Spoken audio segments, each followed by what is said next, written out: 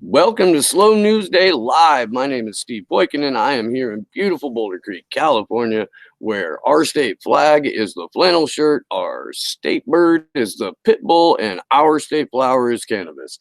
I am joined this morning by my good friend Jason Carney. Jason, how's it going, man? It's going great. I love that intro every time. Okay, so I got to tell you where that comes from real quick. All right, so that does not belong to me. Oh, okay. Belongs to a guy named Ona Stewart. All right, he's a musician around here. And years ago, before the Boulder Creek Brewery burnt down, it was it was a call and response when they would come in for a Wednesday night bluegrass sesh, Right. and that's how they would kick off their set. And it leads into a song uh, called "My Neighbors," and it's about his well armed, stay up all night, dope growing neighbors. Yay! Yeah, Best type of neighbors. yeah. So we're all clear that is where that comes from. The name of the band at the time was the Naked Bootleggers. I'm sure you can find some of their stuff if you look hard enough for it. Fantastic local band here in Boulder Creek. Once upon a win. I love it. I'm gonna look it up immediately after the show. I'm sure you can find a copy of that the Neighbors song. I'm sure you can. Well, you know what? I'd pay good money just to have that intro and then lead it into the song. That would be brilliant. That'd be yeah. We need to talk to them about maybe having that as the intro music to this, because that would be sick. Oh, and for the record, if you're watching and you're in the chat right now, I can't find my hat. I'm not sure. Is this the cause of great consternation within the chat room? I think it's the first time anyone's seen me on camera without a hat. Oh, it is awe-inspiring initially, and then once you accept him hatless as your Lord and Savior, it all starts to make sense. It's okay. It's not subtle at first. It hits you, but then you get used to it pretty quick. I do have clippers. I do. There's I'm in a buy nothing Facebook group, and a set of wall clippers came up, and I got them yesterday. And it's hot, yo. It is hot. So I don't have too much time to bullshit right now, although I do appreciate the chance to bullshit. I will be interviewing John Kiriakou here at noon. I'm going to I don't have studio time today, so I'm gonna record the call and I'll do whatever editing I can, and I'll have that up before I go into work today. Should be a great interview. It always is. Please go check out the one that I did with him back in January. We called basically everything that was going to go down with the Venezuela coup. Like, this was literally a couple of days after it took place, or while it was taking place. It is the first time I had him on. Good times. Jason, why don't you go ahead and kick this one off, man? This is your baby. Yes, this is absolutely. This morning, I've been frequently out of ability to do the show, and it's been killing me slowly but surely. So I've been watching some great stuff and listening to some great stuff. But there's been something within the last 4 or 5 days that I've kind of pondered about, read about, looked into, and it's kind of a grand unifying theory in politics. And if you're not familiar with the grand unifying theory, essentially within physics, there is a attempt to have a rationale explanation for literally everything: gravity, how things move, just the whole world of physics. It would take a long time to dive into it, and we don't have it. But the grand unifying theory is the ever elusive subject within physics to try to explain everything. Now, within politics, it's a lot easier. It doesn't take the ample amounts of work and dedication that it does within the physics realm. And what my grand unifying theory is, it's pretty simple, is that within politics, within sports, within religion, we could see a commonality start to pop up. And in 2 out of 3 of those things, it's irrelevant what side you are. It's irrelevant what tribe you belong to. It's irrelevant what the conclusion is. But within one realm, it's extremely important. And I think we need to look at the behaviors across those 3 realms to understand the political component.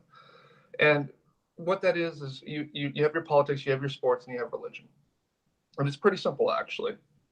Within sports, you have a fan base. You have a rabid core group of supporters that dedicate their lives and themselves to a bunch of millionaires making money, catching a ball, throwing a ball, shooting a ball, etc., kicking a ball. We'll throw that in there too for anybody who's into soccer.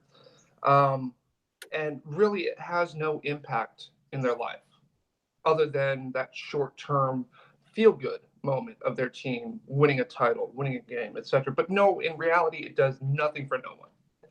Then you have religion. I was driving through San Diego yesterday, and I noticed that there was a new LDS church. And I'm not trying to pick on the LDS. This is just the church that I saw. If you go down I-5, you can't help but see it. It's a killer cathedral. It's gorgeous. Like from an architectural standpoint, it's just wonderful. But I thought to myself, in San Diego, with land costs, on top of the very, very beautiful architecture that went into the construction of this building, why is it that religious organizations can go and accumulate vast sums of wealth and not pay an ounce of taxes? So that kind of brought me toward the religious component, where you have fanatics that argue about their religion with no basis of fact, saying one is superior to the other, leading to warfare, leading to bloodshed, leading to oppression, leading to a lot of horrible things. And it's not just Christianity, not just Islam, not just Judaism. Buddhists got involved with it too in the Rohingya. So it's basically religion at its base. Why do we have fanatical people that, in the grand scheme of things, it's irrelevant what the conclusion is, whether whatever religion you practice versus another religion being absolutely right and correct and just. And then, so I thought about it. I was like, okay, so we got a rabid fan base in sports. We have a rabid, fanatical, large amounts of groups within religion. And in politics, there's a correlation. There's something there. What could it be? At least on the United States side. This is probably true around the world, but I don't want to dive into that. We're going to focus on the US. Team Red versus Team Blue. And this is the one area where being fanatical and being right and being on the winning side actually matters, because this affects your life in every way, whether it's the air you breathe, the water you drink, the schools you send your kids to, the roads that you drive on, the laws that are supposed to protect you, the laws that are supposed to protect others, so on and so forth. And we have, across these three spectrums, this fanaticism, this rabid, blind hatred and blind ambition and blind faith in political parties. And this country happens to be the Republicans and the Democrats. Blue no matter who is one of the common refrains. So what I wanted to look into, and fortunately I was able to look in the National Institutes of Health, credible. I didn't go to some conspiracy site. I was curious, why are people so... He says that just for me. You know that, right? That's What's a dig. That fucking... I said your distinction that it was not a conspiracy site. I don't post articles from herbalifeforever.com or anything like that. That ain't my gig. You know me. You know me. You know that I cite everything. I throw it out there because I don't want anybody ever questioning the credibility of what we put out. I want them to be able to look at it themselves and read this, because I don't joke to smoke the pot, man. You can question my credibility. You can. It's all right. I'm here to make you think, and in the course of that, you're probably going to question my credibility, and you should. But the people that I source, they're pretty fucking impeccable. Right, right, and that's what it boils down to. Here's the thing. We'll sidetrack for a split second.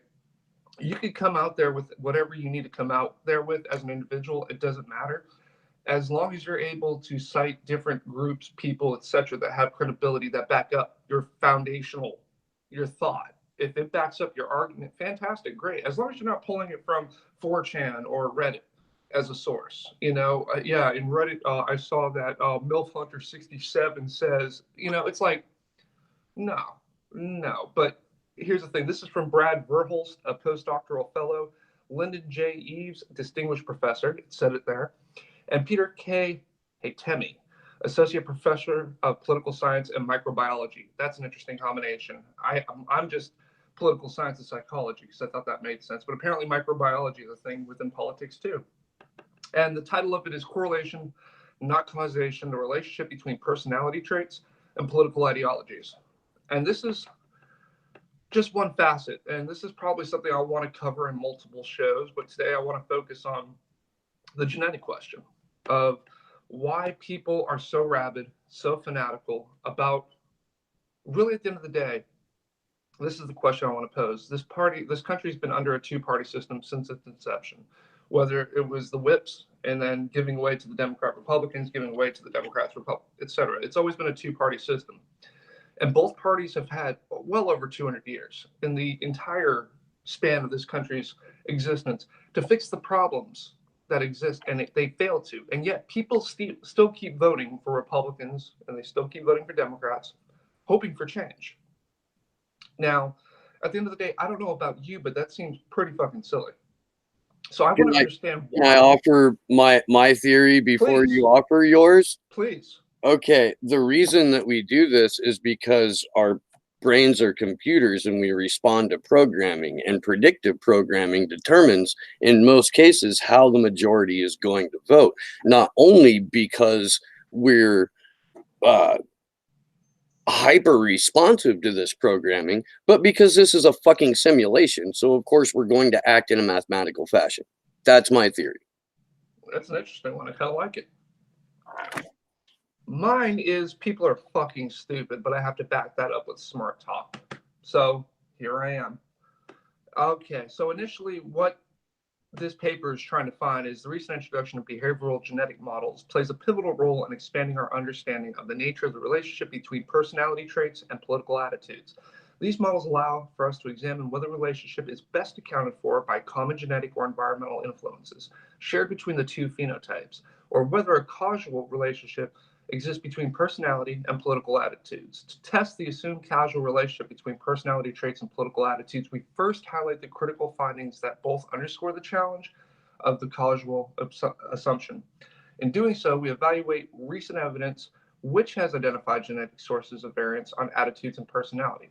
Then, using a series of behavioral genetic analysis on data collected from a large sample of twins, 5,748 to be exact, we partition the covariation between personality traits and political attitudes into environmental and genetic sources that are shared between the two traits. Finally, we conduct a direction of causation analysis, which explores a variety of scenarios that may underlie the established association between personality traits and political attitudes. All of that was scientific speak for this is how we tested this theory. This is how we went about it. There it is in black and white. And the fun part is, if you read throughout this paper, you see some pretty stunning aspects, because a lot of people, when you think genetics and you think politics, genetics is something you're born with. You can't help it. Your mother and father came together and their genetic soup created you. For all the good things, for the way you look, for the diseases that might kill you, for your limitations, it's all within that genetic component. Politics doesn't play, at least in theory, politics doesn't play any role within that. Usually you get into your teens and adulthood before you really kind of get hardcore into your politics. And that doesn't apply to everybody. There's kids out there like the Parkland students that are getting politically active. I'm not saying that as a child you can't be politically active, but generally politics is garnered and really cultivated in adulthood. Now, I just read through the first 4 paragraphs, so you're welcome of this paper by summarizing that. Yeah. I'm trying to do this in a way that makes sense for everybody. I don't want it to be straight off of this, because if I do that, it's going to be very bland, very boring, not very accessible. Now, essentially what I just explained is the attempt to explain attitudes of political or political ideology and genetics. Now, the relationship between political orientations and personality traits is multifaceted. However, and it extends far beyond openness and general liberalism to conservatism dynamic, research has also demonstrated a consistent but weaker relationship between conservative political attitudes and conscientiousness. And apparently Carney et al. 2008, Gerber et al. 2010, Jostin 2006 covered that. Political conservatism has been associated with dogmatism, which you also find in what other two segments? Religion and sports. Absolutism. My side is right, my side is correct, my side is just, ergo it will dominate and destroy anything else that's out there. Dogmatism. Intolerance of ambiguity or uncertainty, a personal need to achieve order, desire for structure and closure, integrative complexity, and fear of threat or loss. That's the conservative side. That's been well documented and studied, and conclusions have been drawn. That's what you see in conservatism. Now, let's see. It's also been suggested that conservatism should be associated with higher levels of anxiety, a major component of this personality trait, neuroticism. This link, however, has eluded empirical validation. So you could draw the conclusion because the right likes to use fear as a way to get people elected and to play off the fears of the electorate to constantly get into power. But there's been no empirical link to that, so they can't just throw that out there and say that's an absolute. I guess it's anecdotal, but they teach the art of war at business school, and like there's using fear as a motivator. I mean, even we do it to an extent, you know, in terms of like, hey, this is some fucked up shit that you should probably be aware of, you know, or isn't it fucking horrifying that Julian Assange is being slowly murdered in prison, you know? But that's like, hey, we could actually do something about this. We got off our fucking couches. I get. Well, I know what you're saying. I think that I want to point out that we hemorrhage viewers every time we sit there and read for a while. Right. But I have to in this case because it's okay. So I've put forth, and we've had a conversation, and I've got podcast episodes on the concept of capitalism as a religion, on the concept of predictive programming, marketing, and neuro-linguistic programming to determine people's behavior, especially on social media and at the voting booth. Like this is kind of stuff so it's nice to have it as a reference, but in terms of the audience that's listening right now, let's not lose them.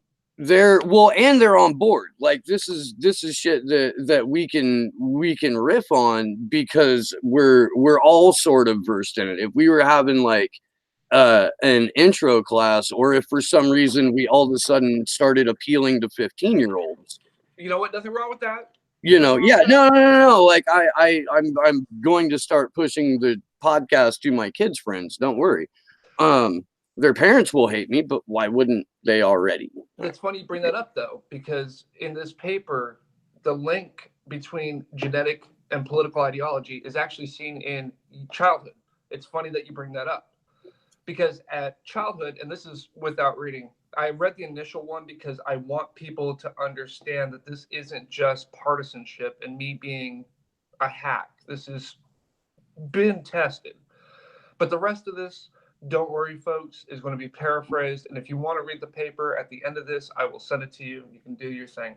But they found that political ideology is constructed in youth. You find that kids take a leadership position. They take a creative position. They take a follower position. They take multitude of positions. And you could pretty much figure out what kids are going to be what based off their psychological profile as children.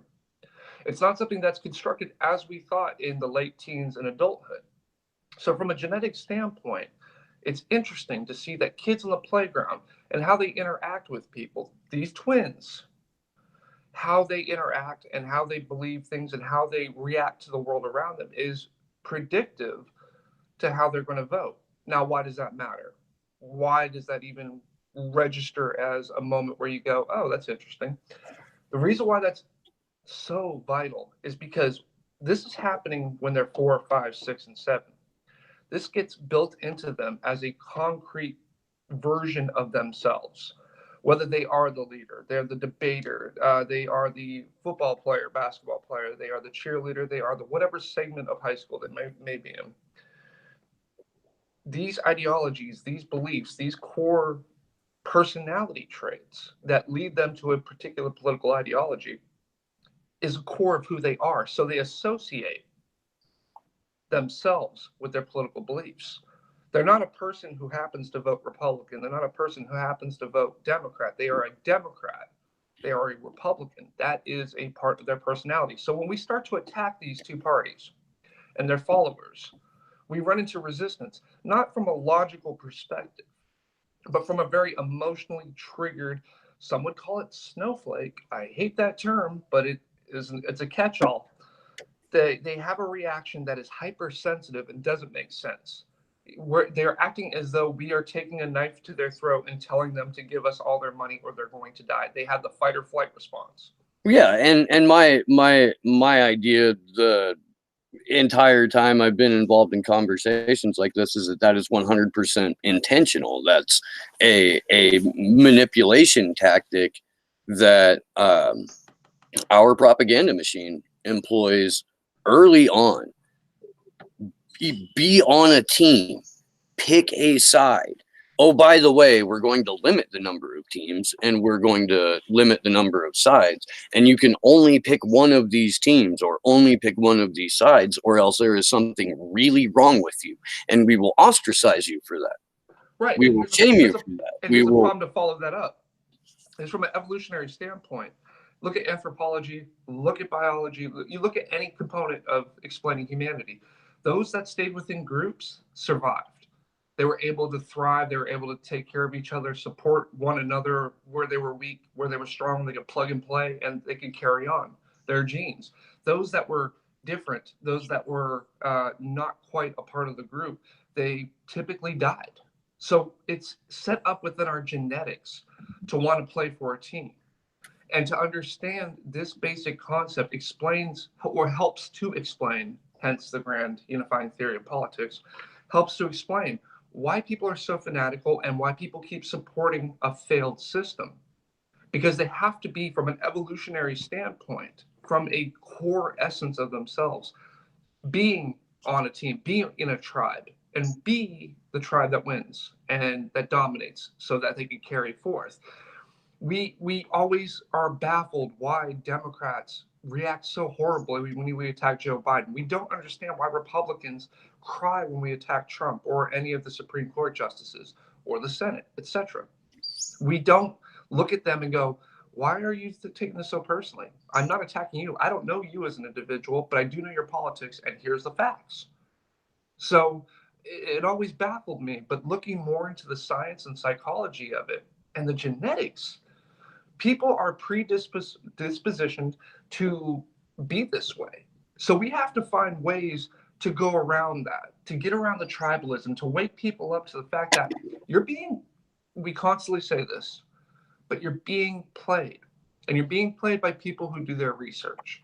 Well, These and the people thing know is, this.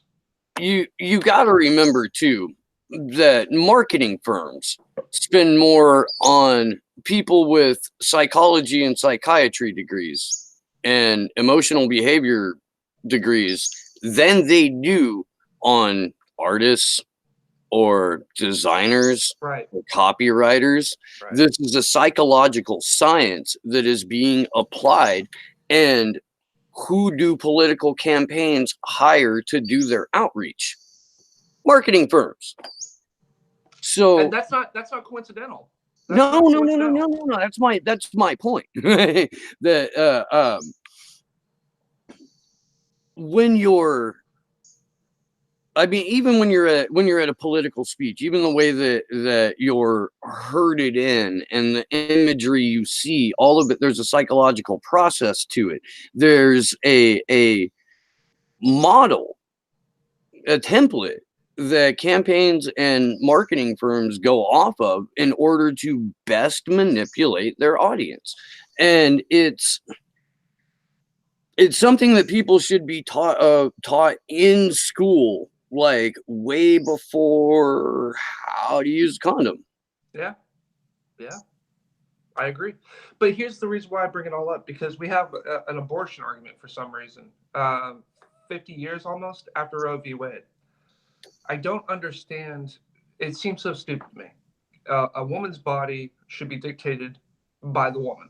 How they medically take care of themselves, how they make life choices, whatever, that should be up to the individual woman. So for me, I'm a pro-choice guy off of the I don't want somebody telling me what to do with my body, so how in the hell am I going to tell someone else what to do with theirs? I'm pro-choice in that matter. And I really didn't understand the passionate anger and stupidity that came from those that are in the pro-life segments. I'm not going to be nice about it. It's stupid. You don't have a viable argument. And so why is there still a debate in this country on the rights of women controlling their own bodies?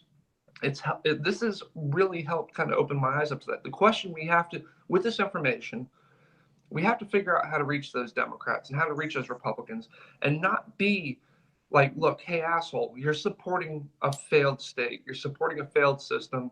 You're stupid. Stop it. We need to stop doing that and start saying, look, you've been set up horribly. You've been already herded in. You've been already kind of set up with the psychological profile. We know the way you're going to think, the way you're going to argue, and whether you're going to back Group A or Group B. We need to take people and wake them up and make them aware of that without trying to trigger that personal attack that comes with all of that literal brainwashing, if you will, that teaching of this, that implementation on a very basic genetic level of tribalism and staying within a group. We live in a society today that you can be a loner. And my God, do most of us on the left know that? It's one of those things where we can thrive and survive without the use of large groups. So we need to find a constructive way to reach these people on ideas of socialism, on ideas of economic theory, on ideas of social justice, criminal justice, economics, you name it, and stop being frustrated with them and stop being so angry toward them for being so, what we see it as, simple, maybe even stupid. Because we constantly try to convey this message that's beneficial to every single human being, and yet people aren't latching on to it. And it's curious. Now, this grand unifying theory that I've concocted is a way to try to start to combat that and actually have viable change that benefits every American. And if, by proxy, if we could change the society that we are in right now, we could help affect change around the world, an actual positive change, not the democracy bullshit and McDonald's in every place around the world, but actual change. At a basic level, and it's most frustrating, and I don't understand this. What is the way, Steve, that you could think of that we can combat the narratives that exist? For example, Joe Biden, with all the evidence out there on him, with his utter inability to win a presidential election cycle, his constant questionable ethical slip-ups and potential groping violations, and his past. How can we approach a Democrat and say, look, I get it. I understand from your perspective why you think this is the greatest thing since sliced bread, but here's why you're wrong. And this isn't an attack on you. You've been misled. How best do you think we can broach that subject with Democrats and Republicans? How do you get a Democrat or Republican to care about an issue that's affected you personally forever? How do you do that? You have to wait until it happens to them. These are fucking people. But we don't have time when it comes to the environment. Yeah, I know. But you can point out ways that it's already happened to them. Like, we know what Joe Biden would govern like because he governed with Barack Obama for fucking 8 years. We know that when he says, I'm going to cure cancer, we know that he said that on his way out the door in 2016. They called it their moonshot. Right. The Cancer Moonshot Initiative or Institute was a slush fund that Biden set up. They paid over 75% in salaries. I think it was over 85%, actually. Brooke Hines has the data on it. She's fucking incredible, by the way. We know it's just people forget. People forget because we're saturated with 100% USDA certified approved grade A fucking bullshit. 24 hours a day, 7 days a week. So people forget that Joe Biden already did the I'm going to cure cancer thing. You know, people forget that fucking Elizabeth Warren was taking securities and financial industry money while she was crafting the Consumer Financial Protection Bureau. People forget that shit. People fucking can, like it. But here's the thing: when we introduce those facts, that is combative because I'm listening to like just you and I both know this to be facts, and you and I both are frustrated on this side of trying to help people, and they refuse the help, and therefore it's actually affecting and hurting others. But even when you relate that, You can tell the sense of anger and frustration and just, my God, fucking get it through your heads. The evidence is all right there. Open your eyes. How can we sidetrack that to be not so aggro? It's like kind of one of those, and I'm not trying to be mean, but when you're in a special ed class and you're working with those that have special needs, you have to cater to them. You have to take them step by step based off their capability. And that's Okay. not to insult, but I feel like that translates There's into a point this. being made in the chat that I feel like needs to be represented because it's accurate as fuck. And Okay. that is, the only narratives I hear from the majority of average people is we don't do politics. I swear apathy is what is wrong with America, not combating the two-party propaganda. And there's a really, really valid point in that. And I think that when I say you have to wait until it happens to them, more people don't vote than vote. More people are independent than Republican or Democrat. Mm-hmm. So that's what you can focus on. If you want non-voters to vote, you give them something to fucking fight. You give them something to believe in. You give them a cause. You give them, something that you're going to do for them if they put you in a position of power. Right? But here's the converse. So knowing that the political process itself is not a free and fair and open process, knowing that we are being couched into this two-party system where substantive change is as likely for me to do the next show in a Detroit Red Wings fucking shirt. All right. Knowing that, then what we can do in the immediate is do what we can non-governmentally to sustain our communities. We can set up fucking food projects. We can make ourselves available when disasters or emergencies happen. We can become communities without government. And by doing that, when shit hits the fan, we'll be more apt to survive it as a community because we've allowed ourselves to become strong without needing what government is not providing for us in the fucking first place. Now, I understand that there's a governmental role to play to that, especially in terms of like rent control. And you look like you're about ready to explode. So go ahead. You're 100% right. Like when I make this statement, that is not to combat your folks. If you can grasp just what Steve said, that's perfect. Problem is time. We don't have time for this type of change unless everybody across the nation could dive into what Steve's proposing, which would be fucking awesome. That would change the paradigm completely, taking the need from us depending on a two-party system that constantly fails us and put the power back in our own hands. Nothing wrong with that. But when you have, by 2050, potentially the human race could be extinct. We don't have time for gradual change. So my question is, short of pitchforks and torches, is there a way to approach the two factions that somehow have power in this country and start to attack the core of their belief system without triggering that fight or flight response that, as I've laid out, is genetically inside of them? Probably not. I mean, you can hold hands and sing Kumbaya all day long. You can do a video on the Supertheory of Supereverything, and then you can ask the audience to go listen to that Go Go Bordello song afterwards. Love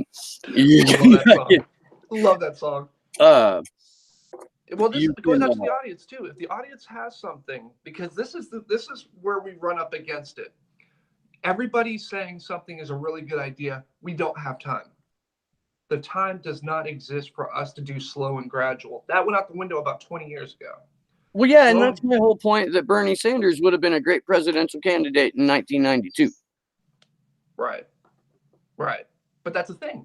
We got to recognize, and again, this goes back to what I was going with sports and religion. We have sides that have within those two realms, it doesn't mean anything if they're right or wrong. It doesn't matter if the Browns are the worst team and the Patriots are the best team. It doesn't matter if Christianity is right or Judaism or Islam is right. None of that shit matters. And yet we take those two dogmatic, fundamentalist, fanatical type of behaviors into the one realm where it does matter. And we are constantly and perpetually cutting our own foot or cutting off our nose to spite our face in that realm. And we are fucking ourselves. And we don't have time to fix that fuck up in a nice way, in a kumbaya-esque way. Now, it's right there if you pay attention, scientifically, medically, genetically, however you want to phrase it. It's been worked on. Knowing this information, how best can we use this information that's been offered by science, empirical evidence that shows, hey, here's the problem. Let's concoct a really quick fucking solution before my daughter will only be in her late 30s by the prediction of the end of civilization. Now, I don't know if that's going to happen. I don't know if 2050 is a fucking spot. We all have end times, theories. But this is science jumping in and saying, with the way things are going and the astronomical abuse of our planet and the pollution and everything else that exists, overpopulation, etc., human beings could be extinct by 2050. My daughter will still be alive. So the only thing that the only thing that I can think of that we could do, that we could maybe pull off, is to amplify the voices in independent media as often and as loud as possible that are bringing some fucking scope and reality to the conversation, and not just that, but make people less afraid. If your point of view is something that can help bridge that fear, if you can deliver some sort of message of, I don't know, collective ascension, if you can remind people that we live in a fucking cartoon, and you don't have to be afraid of going against this system. There's enough of us out here that want to go against the system, that just need to not be afraid to do it anymore. That if we can, as Bill Hicks said, close the eyes of fear and open the eyes of love, it's possible to do that. I think the only way to do that really at this point is to amplify the people that are presenting information outside of the narrative. 72% of the fucking country knows that the news is bullshit, but they're afraid to admit that to anybody but like random stranger on the fucking telephone on a survey or friend at a barbecue, but nowhere in between. Well, I think the latest. And we've got to be able to be that in between, like be a home for people to come to where they can be like, yo, this is seriously fucked up, and I would like to do something about it. Keep going. No, I mean that's essentially it, and I do got to wrap here. Let me just throw this out there then. I love me some data. If you can't tell, I'm a bit of a nerd on that. But I want to kind of give you the juxtaposition of my dilemma in a short synopsis as soon as this thing loads up, because it's being a pain in my ass. What I'm looking into is the recent Gallup poll on people's support of Congress. And the fun part about Gallup is they'll give you the entire history of in the last year. At this point, the last one was conducted in May. From between May 1st and May 12th, and 75% disapprove. Now that's tracking with Gallup generally with a high of, so far what I've seen, 84 to 87%, and a low around 73.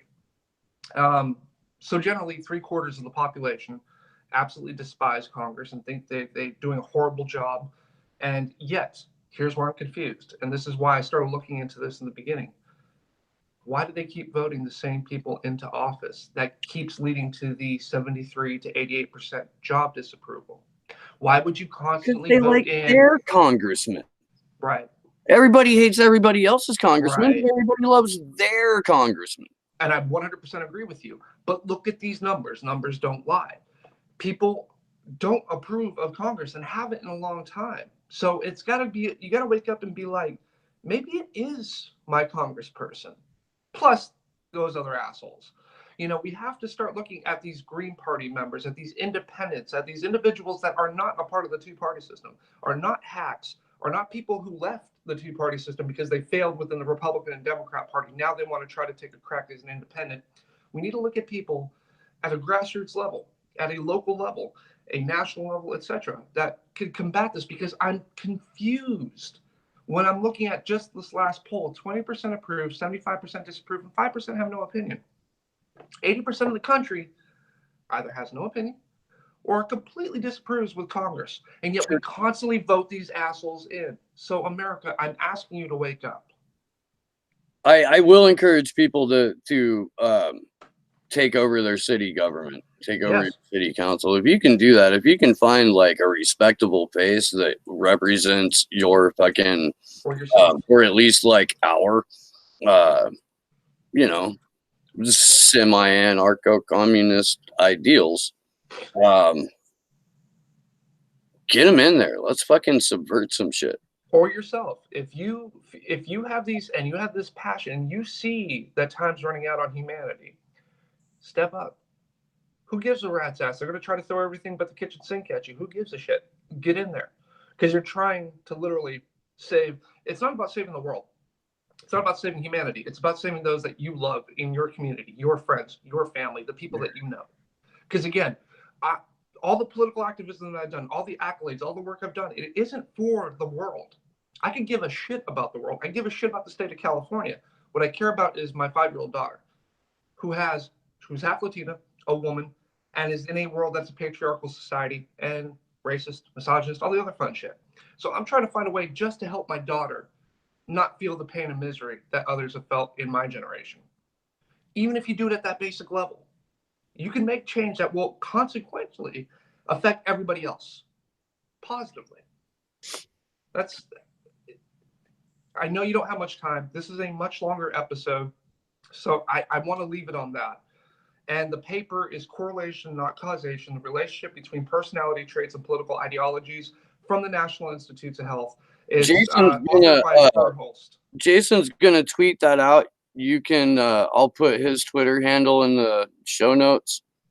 And then he's also going to attach it to his retweet of this live show. Yes. Yeah. Working on it as we speak. And I'm sorry that we, like I said, so the initial reading was to help people understand that I'm not talking out of my ass with this.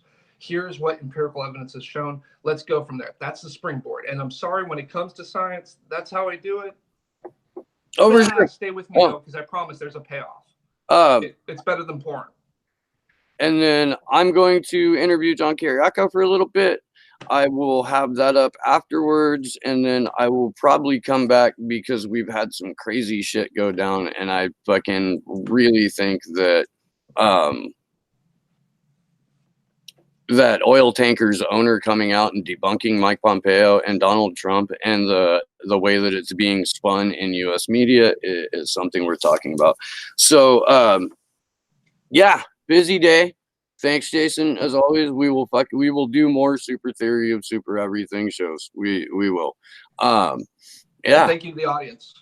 Thank you for being there. Yeah. Until next time, guys. Good luck to us all.